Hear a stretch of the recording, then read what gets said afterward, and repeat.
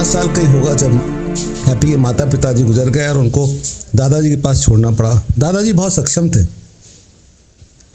लेकिन वो इतने दुखी थे अपने बहू और अपने बेटे के स्वर्गवास से, तो वो हैप्पी को बहुत खुश रखना चाहते थे। उनकी एक ही इच्छा थी कि हैप्पी किसी भी तरह से खुश रहे, कैसे भी करके, क्योंकि मेरे पास एकमात्र वही है ज़िंदगी में।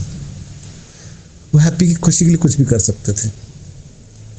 हैप्पी से पूछा तुम्हें क्या चाहिए, तो हैप्पी ने कहा खिलौने वाली कार, उससे बैठ के मैं चलाऊँगा। बहुत सुंदर सी प्लास्टिक की खिलौने वाली कार है। जब तक कार नहीं मिली थी हैप्पी बहुत खुश था, मेरी कार आएगी, लाल रंग की कार आएगी, उसको मैं बार बार चलाऊंगा, बैठूंगा, पेडल मारूंगा, पूरे पूरे कमरे में हर घर में जाऊंगा। जी को लग रहा था कि वाकई कार मिलने की भी तमन्ना में इतना खुश है तो कार मिल के कितना खुश हो जाएगा। कार महंगी थी लेकिन खिलौने वाली कार थी, पेडल से चलती थी घर के अंदर। दादाजी ने कार ला के दी।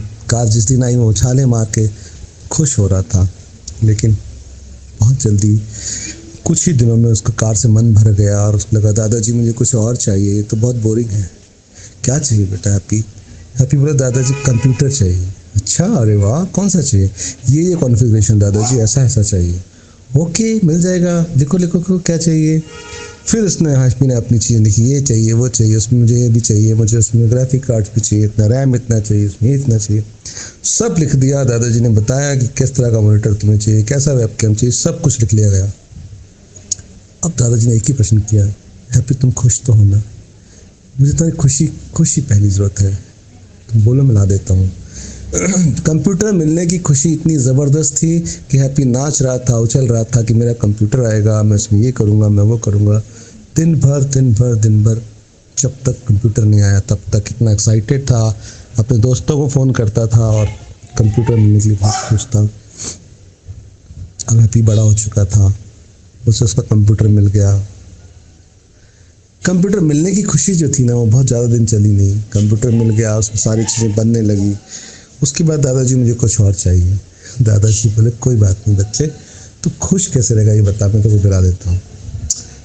क्योंकि हैप्पी बड़ा हो गया था, बोला मुझे मोटरसाइकिल चाहिए, ऐसी मोटरसाइकिल जो किसी के पास ना हो, मेरे फ्रेंड्स के पास भी ना हो।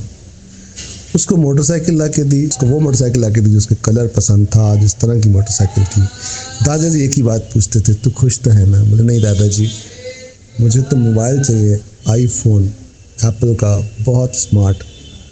तुम लिख के दे बेटा, तुमको मोबाइल लेके दूंगा तो खुश हो जाएगा हैप्पी, वादा कर। हाँ दादाजी, मुझे बड़ी खुशी मिलेगी। दादाजी ने उसको उसकी मनपसंद का मोबाइल लेके दिया। दोस्तों, जब जो हैप्पी चाहता था उसके दादाजी उसको दिलाते रहे। हैप्पी था कि चीज़ों के मिलने से पहले बहुत खुश था। जैसे ही उसे चीज़ें मिल जाती थी वो परेशान हो जाता था और उसे कोई नई चीज़ चाहिए होती थी। अब हैप्पी की डिमांड थी कि मेरी शादी हो, मेरी एक बहुत अच्छी सी प्रेमिका है, दादाजी मुझे बस वो मिल जाए। दादाजी बोले नहीं बेटा, वो दूसरी जाति की है, नहीं बेटा वो दूसरे लोग हैं। नहीं दादा, आप मेरी खुशी चाहते थे ना, दादा आप मेरी खुशी चाहते हो कि नहीं? मेरी खुशी उसी में है। अब क्या था, दादाजी क्या चाहते थे? अब हैप्पी की शादी हो गई उससे जिससे वो चाहता था, कि दादाजी हैप्पी की खुशी चाहते थे। उन्होंने खर्च किया, समझाया, मैनेज किया। हैप्पी अपनी पत्नी के साथ रहने लगा। अब दादाजी को बहुत अच्छा लगा कि उसकी बीवी आ गई है, अब ये अपनी पत्नी के साथ बहुत खुश रहेगा। लेकिन दोस्तों वैसे ही हुआ, जब तक हैप्पी की पत्नी नहीं आई थी हैप्पी को बहुत इंटरेस्ट था, उससे बहुत इच्छा थी। लेकिन जैसे ही उसकी पत्नी आ गई फिर हैप्पी परेशान हो गया। कुछ ही समय में उसको अपनी पत्नी से मन भर गया। लेकिन पत्नी ने खुश खबर दी कि वो माँ बनने वाली है। उसके माँ बनने की खुशी में वो पगलाया घूमता था। बोले दादाजी तुम परदादा बन जाओगे, मेरा बेटा होगा। बेटा हुआ, लेकिन हैप्पी खुश नहीं था। हैप्पी कुछ और चाहता था। हैप्पी ने जब जो कार मांगी, जो बंगला मांगा, जो घर मांगे, जो नौकर चाकर मांगे, जो ऑफिस मांगे, जब जिस चीज़ की तमन्ना की, farm house, swimming pool, hotels, जो वो चाहता था, दादाजी दिलाते चले गए। एक ही बात पूछते थे, हैप्पी तो खुश रहेगा ना? हैप्पी तो खुश रहेगा ना? यकीन मानिए हैप्पी के पास आज सब कुछ है। सब कुछ। लेकिन एक चीज़ नहीं है जो दादाजी शुरू दिन से चाहते थे, हैप्पी तो खुश रहेगा नहीं। हैप्पी आज परेशान है क्योंकि उसके साथ के लोग बिजनेस में बहुत बड़ा कंपटीशन दे रहे हैं। अब वो बड़ा बिजनेस करना चाहता है, अब वो कंपटीटर्स को हराना चाहता है, अब वो 500,000 करोड़ के खेल से बड़ा हो चुका है।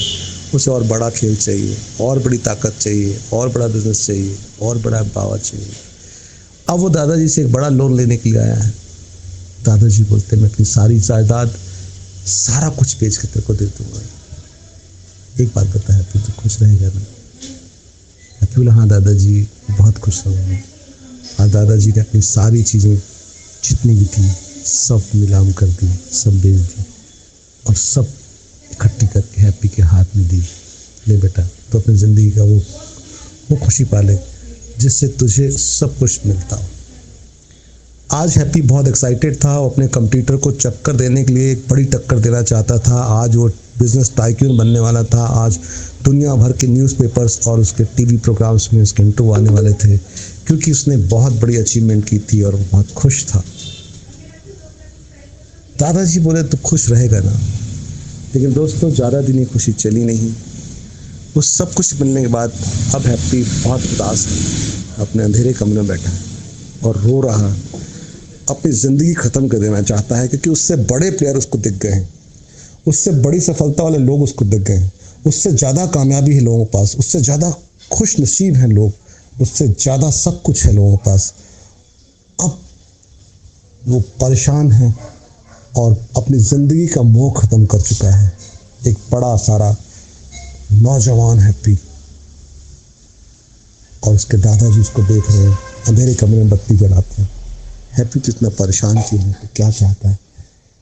दादाजी मैं सब कुछ करके दे चुका हूँ, सब